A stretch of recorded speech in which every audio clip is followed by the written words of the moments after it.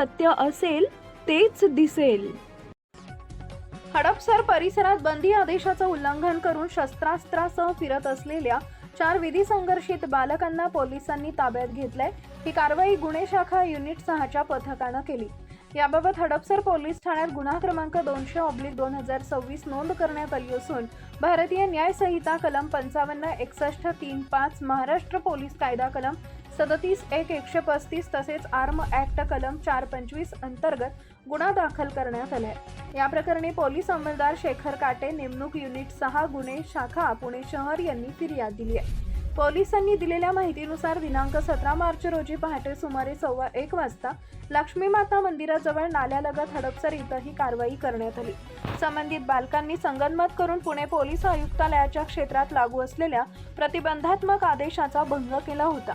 त्यांनी आपल्या ताब्यात लोखंडी कोयते, गिलवार यांसारखी घातक शस्त्रे तसेच ॲक्टिवा वाहन असा एकूण 81,050 रुपयांचा मुद्देमाल बाळगला होता.